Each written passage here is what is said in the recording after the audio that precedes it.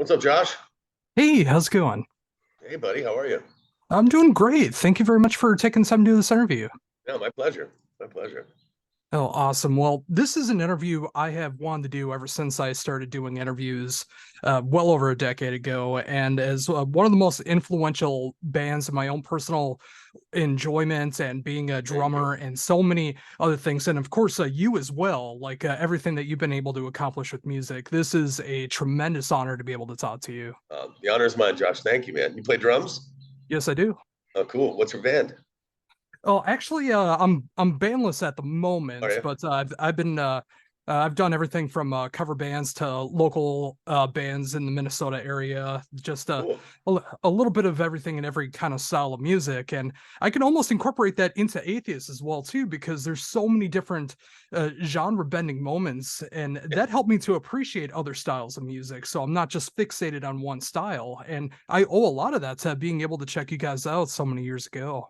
Thank you, man. Yeah, it's something that we always wanted to sort of play a role in having bringing in different influences that perhaps an average metal person wouldn't be exposed to, and in a normal setting. So that's always kind of been something that we've always liked to do, and we always like to listen to things that have multiple influences as well. And I think it creates interesting music that way. So that's always been kind of a template for us. Yeah, absolutely. And it's so great to see that at least 75% of the discography will be showing off in some way, shape, or form coming up this summer Yeah, when you're going back and playing select music off the first three albums, along with Cynic, who is doing all of Focus. I mean, that is just a dream tour for someone like myself. it's. I'm glad to hear that, man. It's a dream for us as well. Me and Paul have been friends for decades, and it's just a really unique opportunity for us to go out as friends and also fellow influencers in terms of progressive metal, and both bands have played a large role in what we now know as the progressive metal. It used to be just a branch. Now it's an entire tree of different kinds of progressive bands, and it's really cool to go out and hopefully people will appreciate the fact that this will probably never happen again, and it's a bit of a, like I call it, a unicorn tour because it's just everything just kind of lined up, and the 30-year anniversary of Focus and 30th anniversary of our of Elements, our third album. And the reason we call it a trilogy is because when COVID happened, we weren't able to do our 30th anniversary for Piece of Time or for Unquestionable Presence because of lockdown and issues with COVID. So it's cool to be able to put together this trilogy sort of anniversary, and then obviously go out with Cynic and do co-headlining sets of 90 minutes apiece. So anybody that's a fan of these two bands, or just the movement in general, I think will be really pleased at the end of the night on this tour. It's going to be a lot of fun.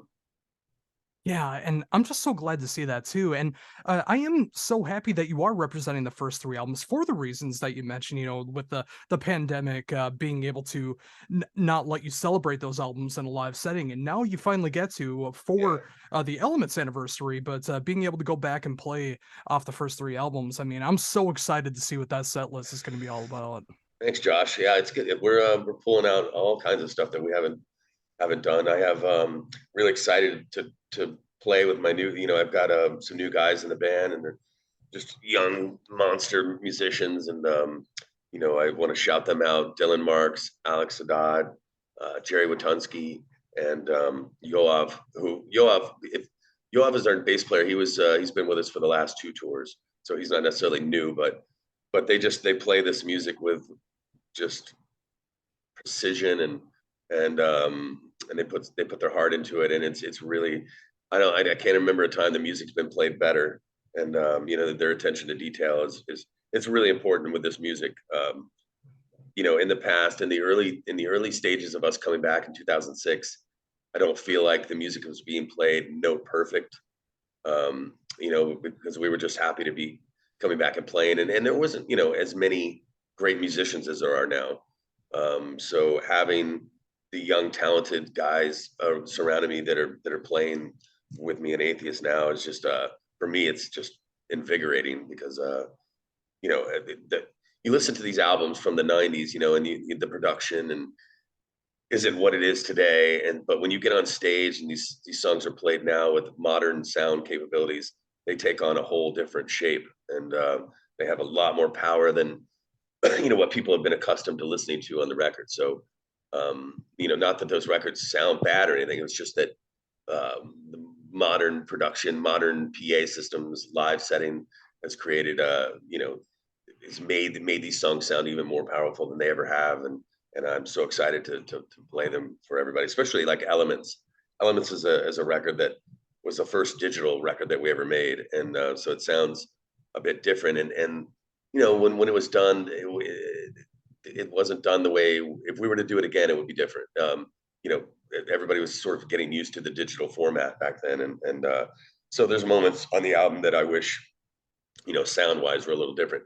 So playing those songs live now with the proper tones and proper equipment, man, it sends it to a different level. So I can't wait to look out into everybody's faces as we're playing it, and I think it's gonna be a lot of fun. Really, really, it's gonna be a blast.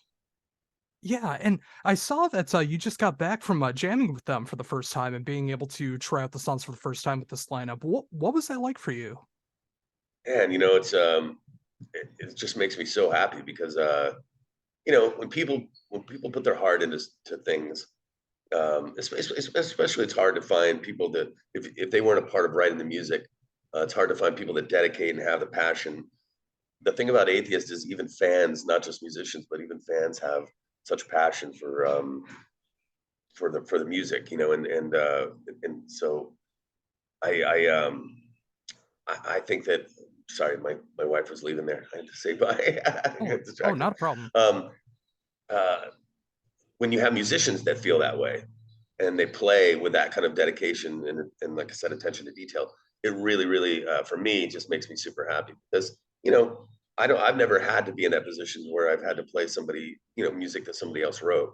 So I don't, know what that's like, but I couldn't have been more pleased with their enthusiasm. And our new drummer Dylan Marks has a significant amount of power that he brought to the technicality. So not only is he playing with precision, but he's playing with probably more power than anybody's ever played these songs with.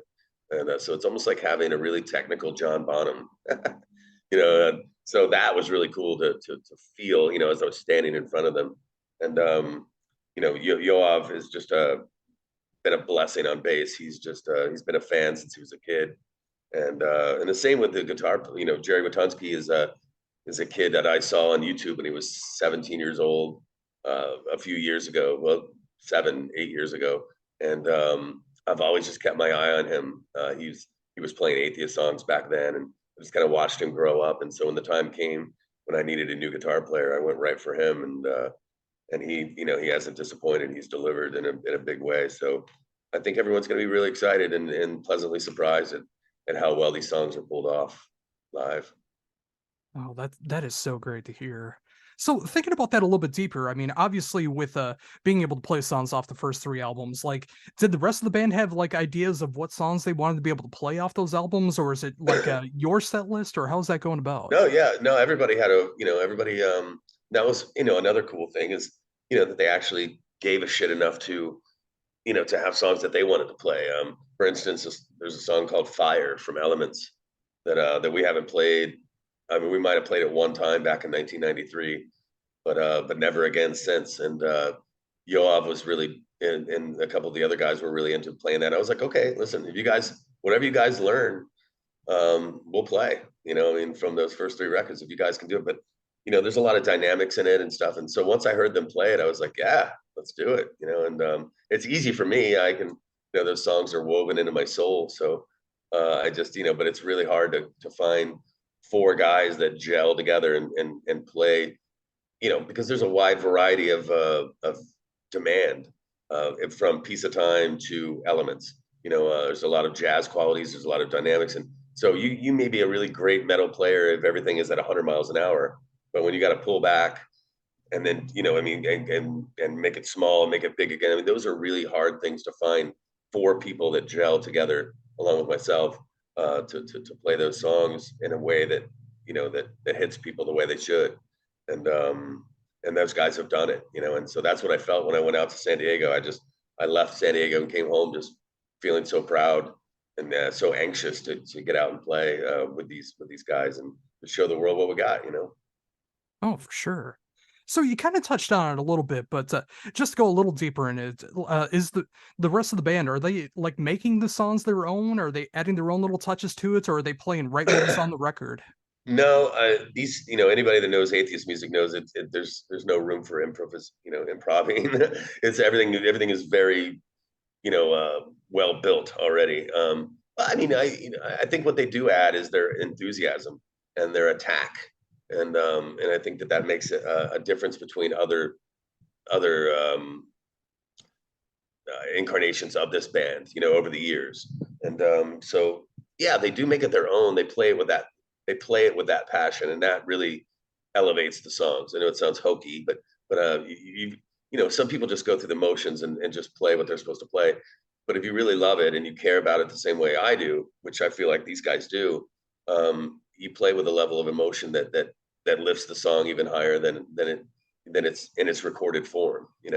So a guy like Yoav on bass, for instance, is just, he's not only nailing all the notes, but his performance on stage is fun to watch. He's just a lot of fun, and much like Roger Patterson was, Roger was a really just a nut on stage, and a lot of guys can play really well, but there's a lot of sort of shoegazing, people sort of just standing, not a lot of emotion and they're playing, and while because they're playing stuff that's difficult. But I feel like with these guys, there's a lot of just you'll see, just a lot of smiles on stage. I mean, we're having a blast playing these songs, and we hope everybody else will too, just watching. You know.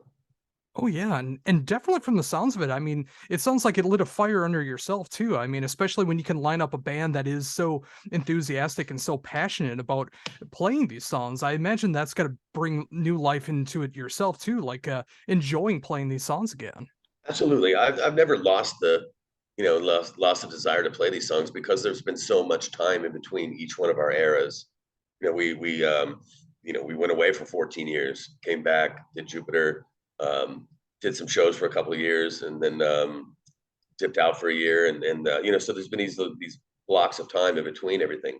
So I've never lost the enthusiasm. I just lost the ability for in different periods of our career to be able to go out and do it.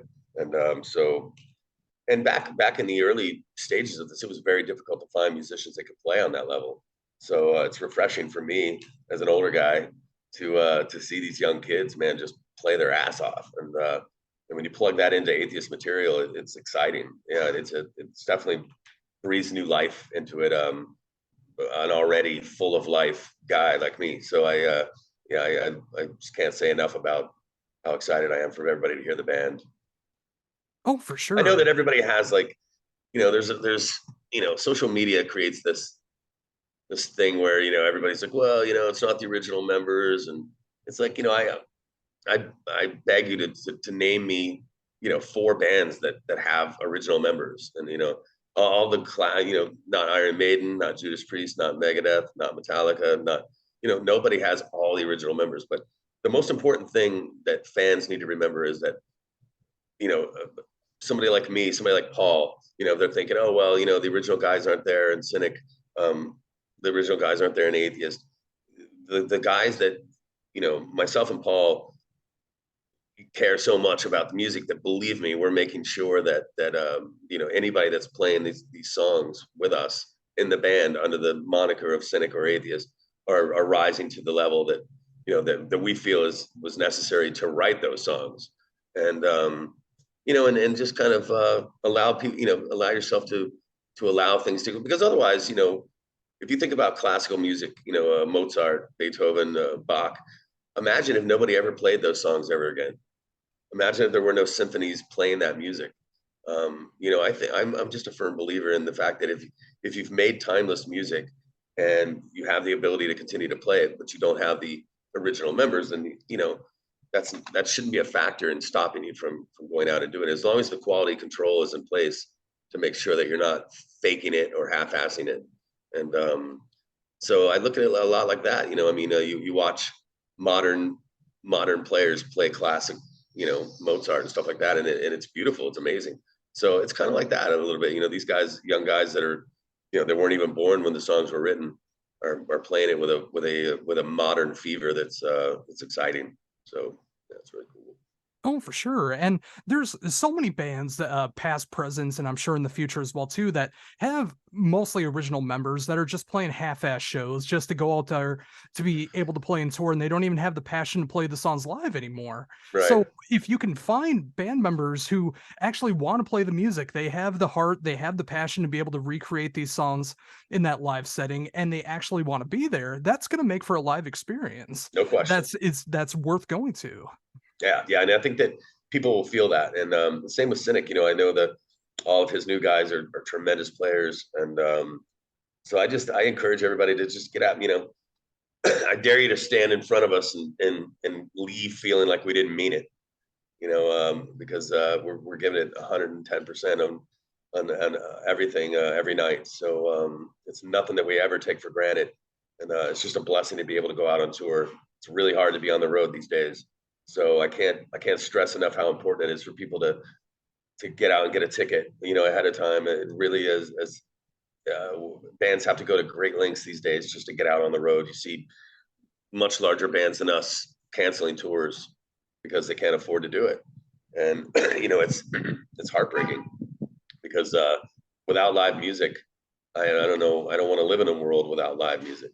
So, but if people don't show up to the shows and people don't support, and buy a T-shirt, it's going to go away. I mean, and that's sad to say. So, the COVID really, shined a light on the mortality of music. I mean, there was a period of time when we were sitting at home wondering if we were ever going to be able to get back out and do this again. Like, how does that look?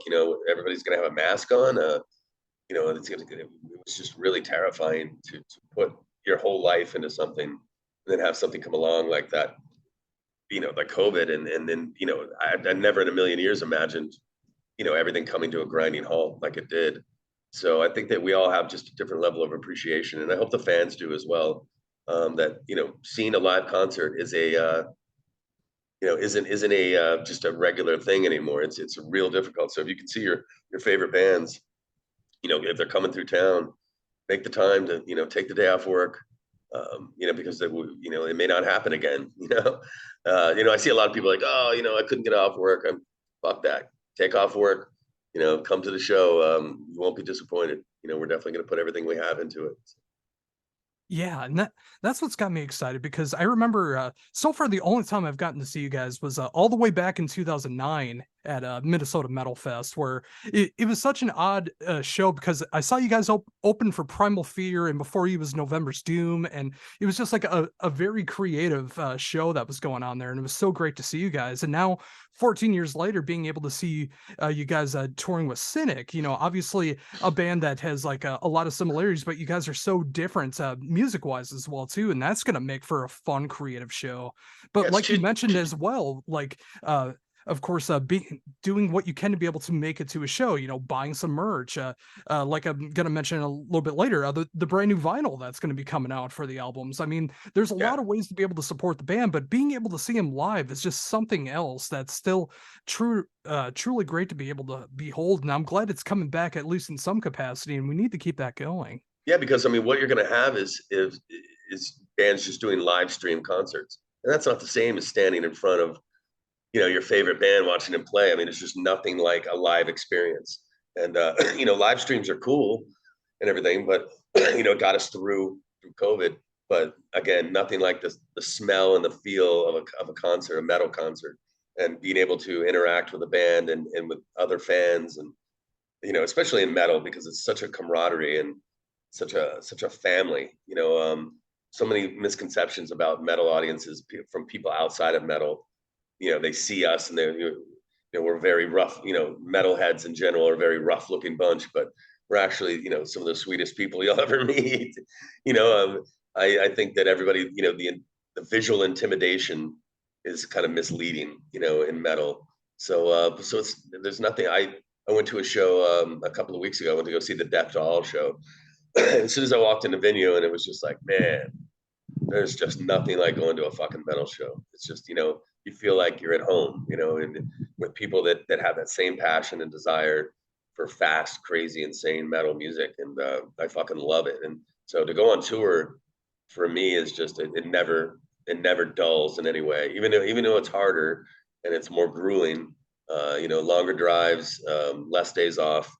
It's there's nothing like it in the world. There's nothing I'd rather be doing than playing live.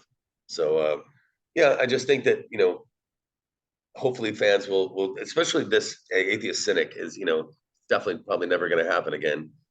So I encourage everybody to, like I said, carve out that time and get your tickets early, because it really matters to us. It matters to the live music movement and the future of it. So And with that, I'm so glad to see there's so many dates for this tour as well too. I mean, I've seen so many small runs that have been happening as of late. So I'm glad to see this is a more extended tour that you guys are doing. yeah, we're hoping to maybe even add a couple more dates on once people kind of pick up on the excitement of it, and so hopefully we'll add a couple more.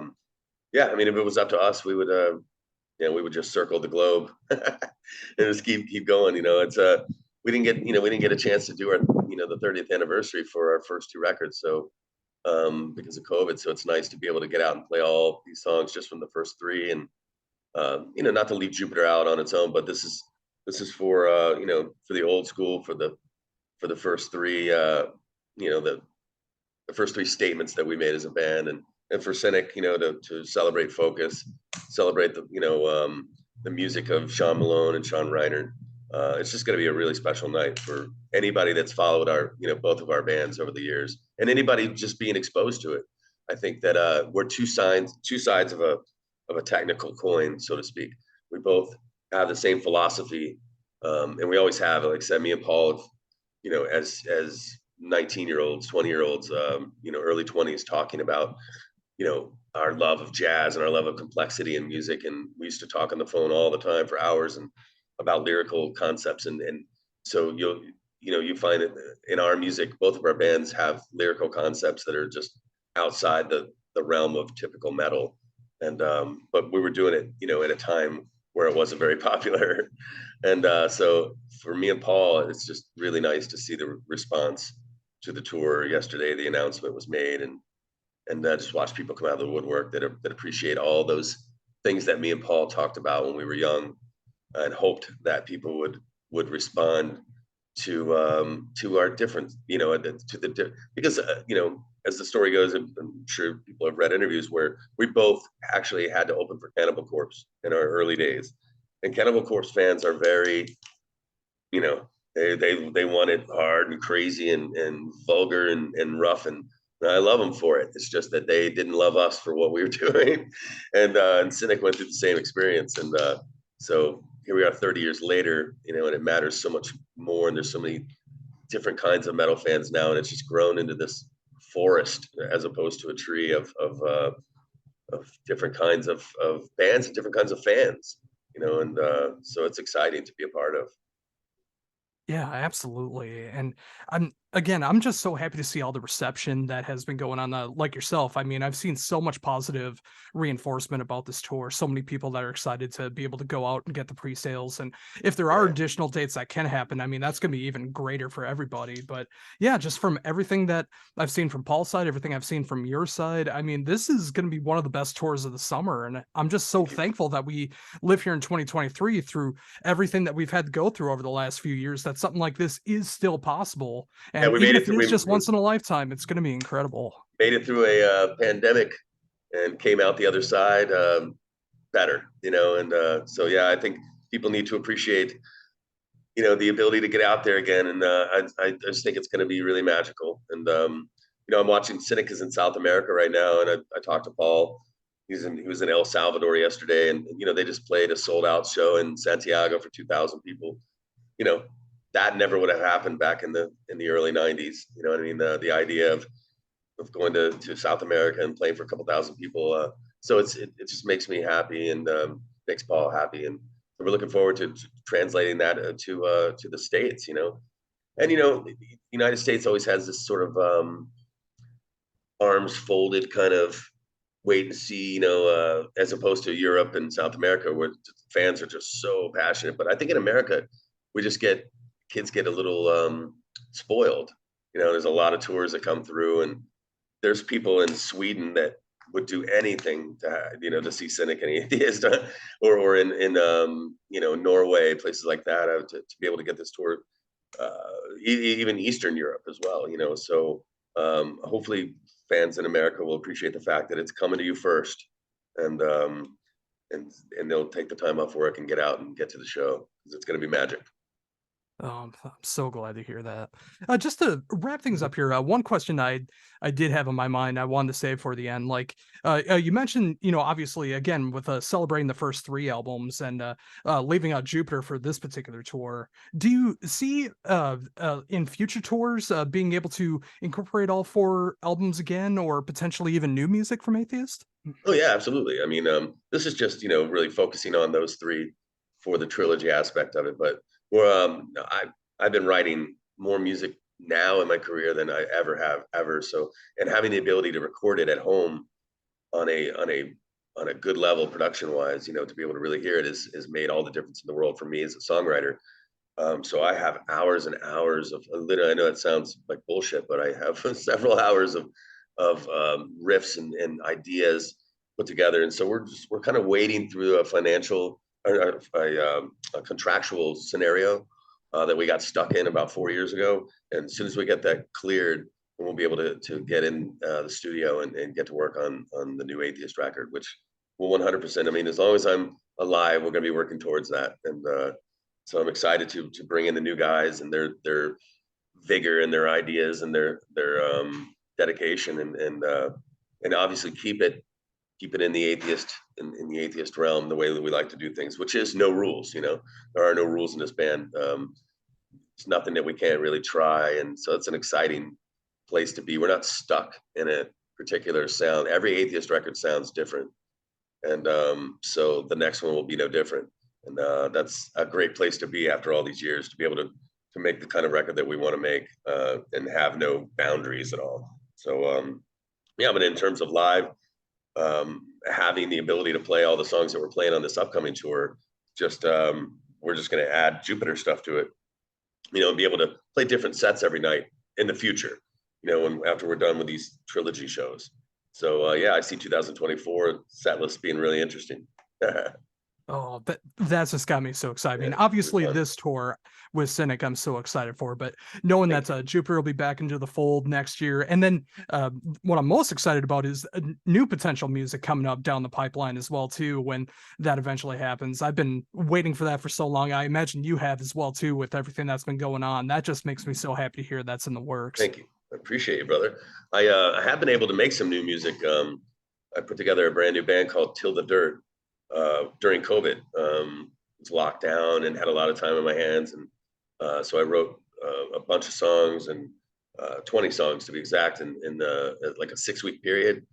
And Scott Burns came out of retirement and helped me produce the record, and we signed a Nuclear Blast, and that record's coming out in July. It's called Outside the Spiral, and brought in some really great friends to play on it as well. Steve DiGiorgio and Jeff Loomis and John Longstreth played on the album as well. And then Yoav from Atheist also played bass on it. And so I'm super excited about it. It's different than Atheist. It's much more extreme, but it's a kind of a mixture of if you were to, I don't know, I hate to pull it into classification, but it's a hybrid of styles that I love. I love stoner metal, and I love old Black Sabbath, and I love Seattle, the Seattle sounds, Soundgarden in particular. And you mix that with the extreme like blast beats and crazy vocals, the craziest vocals I've ever done, and that's Till the Dirt. It's just really unique, and there's nothing like it, for better or for worse. I mean, I always put myself in these positions. Me and Scott Burns talk about it, like uh, you know, doing something different is great musically, but it takes sometimes a while for people to be able to understand it. And that was that way with Atheist. Many people have said that this Till the Dirt is as uniquely different to what's going on today as Atheist was back then. So I'm anxious to see how it lands on people, but I couldn't be more proud of it, and look forward to that coming out in July. So people watch for that, Till the Dirt. And yeah, so a lot of good. So it's got me in songwriting mode. So I'll be able to just jump right into a new Atheist record without any effort at all. And I've got a bunch of stuff and get with the boys and put together a killer record. Oh, that's so awesome to hear. I mean, everything you described with Till the Dirt, that sounds like something that absolutely speaks to me, and I can't wait to be able to check that out. And if you're going to be doing press around that time, I'd love to be able to talk to you again, like go deeper into Absolutely. that. Yeah, just you should be hearing about it real soon. Everything's kind of ramping up now for I think a late July release. And yeah, talk is cheap, man. Just pop it in and crank it up, and I think that you'll see it. It's definitely not anything that, for better for worse, anything you've ever heard before. And definitely for me, the most extreme thing I've ever done. It's flying. It's super fast and crazy, and but it's got I was able to use different vocals. People that are familiar with my past, I had a band in the early 2000s that was more of a sort of a hard rock band, and we toured on Ozfest, and that band was Neurotica. So I have singing capabilities that I've never been able to use with Atheist, and I never would. But it's not just like normal clean vocals. I have a very grovelly smoker's voice. So combining those two vocal styles until the dirt was really a unique sound that I think that got me and Scott Burns excited about things. I mean, it's the first album Scott's produced in 25 years, I think, or more. So it was fun to be able to work with him again, and he's such a great person, and to hear his enthusiasm for my new music was because Scott Burns, if anybody knows him, knows that he's honest to a fault. And so if you can get a nod and yeah, that's cool from Scott Burns, you know that you're doing something good. So I'm excited about it. So there's a lot of good things going on, man. Oh, absolutely. I mean, whether it is Till the Dirt, whether it's Atheist, whether it's touring, creating new music, there's so All many great metal. things that's going on with you. And from the fan perspective, from interview journalist perspective, all of this makes me so happy. And it's Thank just you, great to brother. hear that your passion behind it. And I'm so excited for all of this to happen. And Thank you, I buddy. could keep going for hours about this, but I know it's a busy time for you, so I know I got to let you go. But No, I I thank you appreciate you. so much. I appreciate it so much that you took the time to do this. Ah, Fulfilling a Lord, lifelong dream for me to be able to talk to you one on one like this, and just being having a good time being able to talk about Atheist and a little bit on thank you, Till the Josh. I Dirt. appreciate it, man. I thanks for putting together shows like this, to showcase this music because we all have to help each other. I mean, it's a team effort. Getting this music out requires folks like yourself to take the time to put these podcasts together and radio shows and it's a tough time for music right now. So the more we can expose the music to people through channels such as your own, it makes a huge difference for us. So thank you for what you do. Oh, absolutely. And again, it absolutely goes likewise as well too. And whether I can make it to a show coming up on the tour or the future, or being able to talk to you again when the time comes for Till the Dirt, I just want to thank you again for everything. Thank you for all the music you've created so Thank far you, and brother. what's coming up in the future. And I hope you have a great rest of the day. Hey, Josh, I appreciate it, man. Stay metal, and I hope to see you at the show. All right, hit me up. Yep, Knock on the bus door. I'll definitely do what I can All right, for buddy. sure. All right, Thanks, man. thanks. Cheers. Yep.